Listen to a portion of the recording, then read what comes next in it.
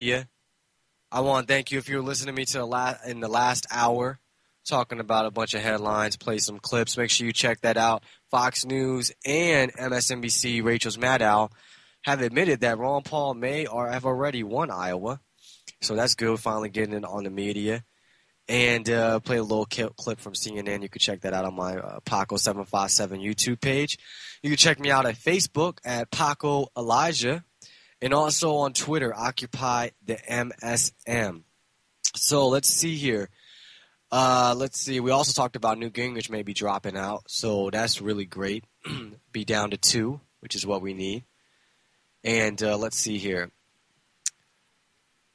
What do we have coming up here next? Okay, yeah, RonPaul2012.com. Make sure you donate if you haven't already. Looks like we got a new article out here. Ron Paul campaign launches operations in Texas ahead of candidate's second major tour. The Ron Paul 2012 campaign announced today that it is officially launching operations in the candidate's home state of Texas. Efforts to date include the aligning of seasoned regional staff, the commencing of regular activity at the Clute headquarters, and the continued airing of the Texas-themed television and web ad, Vote Texas. The Ron Paul 2012 Texas headquarters is located at 845 West Plantation Drive, Clute, Texas 77531. Again, if you're in Texas, the headquarters is 845 West Plantation Drive, Clute, Texas 77531. Initial office hours are from 10 a.m. to 9 p.m. Monday through Saturday and 2 p.m. to 9 p.m. on Sundays. Those that are interested in volunteering for the campaign should contact the Clute office directly by calling 979-473-9995. Again, that's 979-473-9995. Or emailing Texas at ronpaul2012.com. Again, that's Texas at ronpaul2012.com.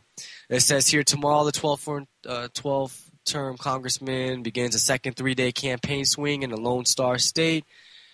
And yeah, so just to throw that out there, the events he has coming up, Ron Paul in El Paso at the University of Texas Memorial Gym. And let's see, in Austin, University of Texas, Austin LBJ Library Lawn. And that's April 26th at 7 p.m. And then at Houston, April 27th, 7 p.m., Hoff-Hines Pavilion, 3466 Cullen Boulevard. And oh yeah, now if I didn't say El Paso, it's April 25th, 7 p.m., and this is all Mountain Time. And also don't forget, if you're in Louisiana, district caucuses are Saturday, April 28th. From 8:30 a.m. until 12 noon. You can go to lagop.com for more info. And don't forget to vote today if you're in the states of Rhode Island, Pennsylvania, New York, Connecticut, Delaware. So if there's any fishy things going on, you make sure you get that on tape, put it on YouTube, or hit me up, Facebook, Paco Elijah. We can report on that. Okay, so let's see. What are some headlines that I wanted to jump into this hour? Yes, Minnesota Republican Party faces eviction. Let's see. The Republican Party of Minnesota is facing eviction from its St. Paul headquarters after failing to pay its rent payments since August. The Minnesota GOP has 21 months remaining on a lease with Hub Properties Trust for space a block from the state capitol. Shortridge, who took over the party in a leadership shakeup late last year, revealed the rent hadn't been paid in 8 months. 8 months. Dang, I went without paying my mortgage for a year. So, hey, I understand. But the GOP talks about what? Discipline and conservatism. But all these candidates are running in debt. GOP's in debt, not paying their rent. Let's see. While this is a situation none of us want, it's part of the rebuilding process, Shortridge wrote in his memo. No, it's part of the breaking down process. You guys are breaking down if you guys ain't paying your rent in 8 months. And you're part of the Republican Party. Where's the 1%? Yet Republican insider Sarah Janesic said even if the party doesn't get ousted or face further legal action, the news sends a terrible message for a party that runs on fiscal discipline, and she says it could hurt contributions ahead of the November elections. Exactly. You guys are supposed to be about fiscal discipline. What donor in his or her right mind wants to write a check that goes to last February's rent? She asked. It's a nightmare issue. It's not the party's only issue either. According to the most recent federal campaign reports the Minnesota GOP owes nearly $1 million to vendors, an additional $700,000 in legal fees, carrying over from the 2010 gubernatorial recount. I ain't never seen that word, so I don't know what that is. Former party chair Tony Sutton stepped down last year amid separate investigations from the Federal Elections Commissions and the Minnesota Campaign Finance Board. So, yeah, more embarrassments for the GOP. They should already be embarrassed because of George Bush, but all these different things going on, these candidates that are in debt, trying to get the country out of debt, and you went in debt while you're running. This is amazing, man, but not Ron Paul, though. And Ron Paul's the only one that is really transparent, showing everything that he spends, where he spends it. So, again, man, more reasons, more excuses that Ron Paul is a perfect example of how you're supposed to be as a person and how you're supposed to be as a government, as a country, live within our means, and go by the Constitution, play fair, treat, the golden rule. Unfortunately, you might want to boo me like they did in South Carolina for saying the golden rule.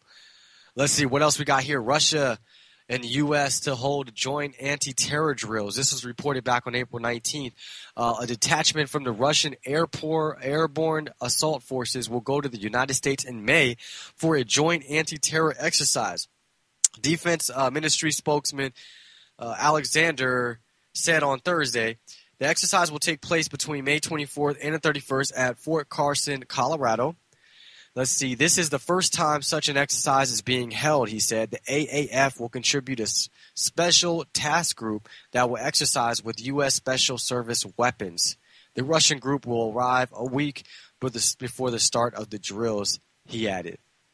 So, yeah, there we go. We got Russian citizens, Russian troops coming to Colorado to do anti-terror drills. So, I mean, what more evidence do we need? It's all around us. Police state is here. I mean, it's almost like if you don't know what's going on, it's no reason telling you anymore. It's going almost too late. I mean, the government is just, I tell people, man, it's like we're in a race. We're in a race between the government and the people. So the government and its tyranny, and then in getting rid of the Constitution, and the people and the revolution. And so we're like in this race, you know what I'm saying?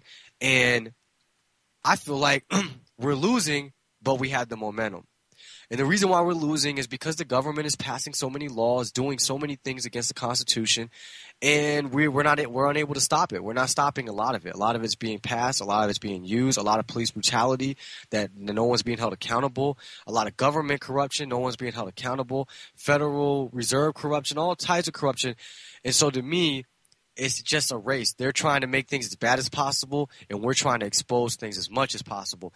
And so we're in this race against the 1%, against the, the powerful elite, against the, so-called people who run everything or whatever, the powers that be.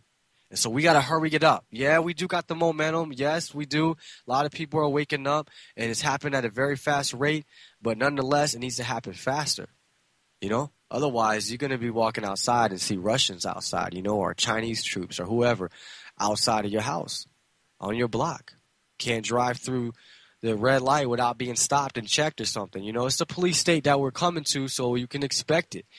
And so we need to wake everyone up before it's too late. Because if we're not, educated on what it is that's going wrong and we don't know what to be mad about or who to be mad at, then we're all going to be just mad at each other.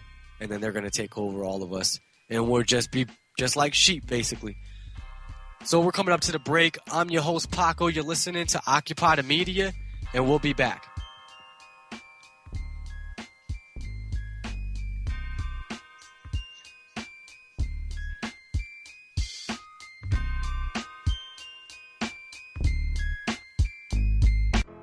If you have enjoyed the programming on Ron Paul Radio Network, please go to ronpaulradio.com/support. That's ronpaulradio.com/support and make your small donation. All revenues received by the network go toward paying expenses and upgrading our service to you and to the Liberty Movement. As always, we pledge our transparency so that you can rest comfortably knowing that your dollars are hard at work, bringing radio to the revolution. That's ronpaulradio.com.